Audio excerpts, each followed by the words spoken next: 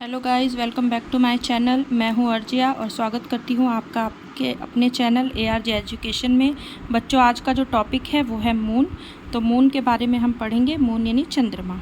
ठीक है, तो चलिए स्टार्ट करते हैं वीडियो को। The moon is the nearest neighbour of earth in space. Moon जो है वो नियरेस्ट, सबसे पास वाला नेबर है, पड़ोसी है अर्थ का, इन द स्पेस यानी अंतरिक्ष के अंदर। जो चंद्रमा है वो धरती का सबसे पास का पड़ोसी यानी सबसे ज़्यादा पास में होता है। ठीक है, the moon is the nearest neighbour of earth in space. It is much smaller than earth. ये क्या है? ये जो है बहुत ज़्यादा छोटा है धरती से, यानी कि जो चंद्रमा है वो धरती से बहुत ज़्यादा छोटा है इन साइज़। किस में? साइज़ में बहुत ज़्यादा छोटा है। The moon shine in the night. Moon कब शाइन करता है? रात में शाइन करता है। But it does not have light of its own.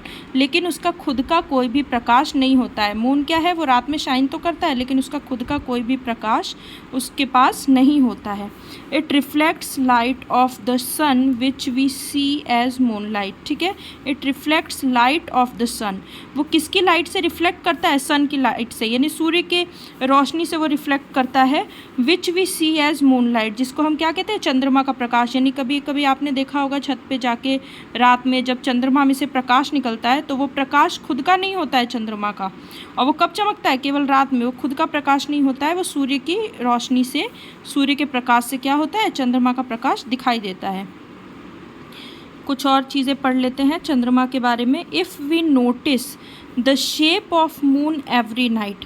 अगर हम नोटिस करें शेप ऑफ मून, यानी शेप जो है, आकार है मून का, वो अगर हर रात को हम नोटिस करें, वी विल ऑब्जर्व, तो हम क्या ऑब्जर्व करेंगे? That the shape and the size of the moon keeps on changing. क्या होता है? जो चंद्रमा का जो साइज़ है और शेप है वो दोनों क्या होता है? चेंज होता रहता है। We will observe that the shape and the size of the moon keeps on changing. हम क्या ऑब्जर्व करेंगे कि वो हमेशा शेप और साइज़ क्या है? चेंज होता रहता है। This is because we can see only a part of the moon. वो इसलिए चेंज होता है क्योंकि हम सिर्फ वही मून का पार्ट देखते हैं, यानी चंद्रमा का केवल वही हिस्सा हम देखते हैं that reflects the light of sun to us. ठीक है, क्या मतलब है इसका? कि जब भी हम ऑब्ज़र्व करेंगे, अगर डेली आप ऑब्ज़र्व करोगे बच्चों, अपने छत पे जाके डेली आप चंद्रमा को देखोगे तो उसका शेप और साइज़ एक जैसा दिखाई नहीं देगा, वो चेंज होता रहेगा। और वो किस कारण से होता है? इसलिए होता है क्योंकि हमें केवल, because we can see only a part of the moon that reflects the light of sun to us. क्योंकि हमें मून का केवल वही पार्ट दिखाई देता है, चंद्रमा का केवल वही हिस्सा दिखाई देता है जो कि क्या है? सूर्य के प्रकाश से रिफ्लेक्ट होता है। यानी सूर्य का प्रकाश चंद्रमा के जितने हिस्से पे पड़ेगा, जो रिफ्लेक्ट करेगा, केवल हमें वही दिखता है, इसलिए उसका शेप और साइज़ हमेशा एक जैसा नहीं दिखता है। When the moon is round like a big ball. क्या होता है? When the moon is round like a big ball. जब हमें मून यानी जो चंद्रमा है वो दिखाई देता है गोल, लाइक अ बिग बॉल, एक बड़े बॉल की तरह, it is known as full moon. तो उसको क्या कहा जाता है? फुल मून, यानी पूरा चंद्रमा। ठीक है, तो जब चंद्रमा जो है वो एक बड़े बॉल की तरह जब दिखाई देता है तो उसको हम किस नाम से जानते हैं? फुल मून, यानी पूरा चंद्रमा। When we can not see the moon in the sky it is known as new moon. When we can not see the moon in the sky, जब चंद्रमा क्या है हमें आकाश में दिखाई नहीं देता है, it is known as new moon, वो नया चंद्रमा कहलाता है। ठीक है, कुछ शेप्स यहाँ ड्रॉ किए हुए हैं जिससे समझने में आसानी रहेगी। फुल मून, फुल मून का मतलब है पूरा चंद्रमा, जैसा देख रहे हैं कि फुल मून है। हाफ मून, हाफ मून यानी आधा चंद्रमा दिखाई देगा। क्यों? क्योंकि सनलाइट जो है वो हाफ मून पे पड़ रही है, इसलिए हाफ मून ही रिफ्लेक्ट कर रहा है, बाकी का रिफ्लेक्ट नहीं कर रहा है। ठीक है, ये है क्रेसेंट मून। क्रेसेंट मून का मतलब है अर्धचंद्र। ठीक है, यानी इतने हिस्से पर ही केवल जो सनलाइट है वो पड़ रही है और इसकी वजह से इतना ही हिस्सा जो है वो रिफ्लेक्ट कर रहा है, बाकी का हिस्सा दिखाई नहीं देता है। और ये है न्यू मून। न्यू मून जो क्या है? That we can not see the moon in the sky, जो हम स्काई में नहीं देख सकते हैं। इनको डार्कर इसलिए किया गया है ताकि आप मून के जो शेप्स को हैं वो ईजीली समझ पाएँ।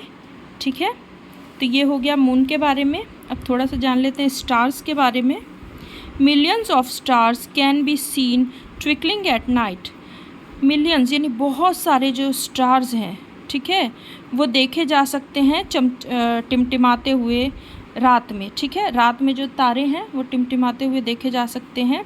दे are actually much bigger than earth. ठीक है, क्या डिफरेंस हुआ स्टार्स और मून में?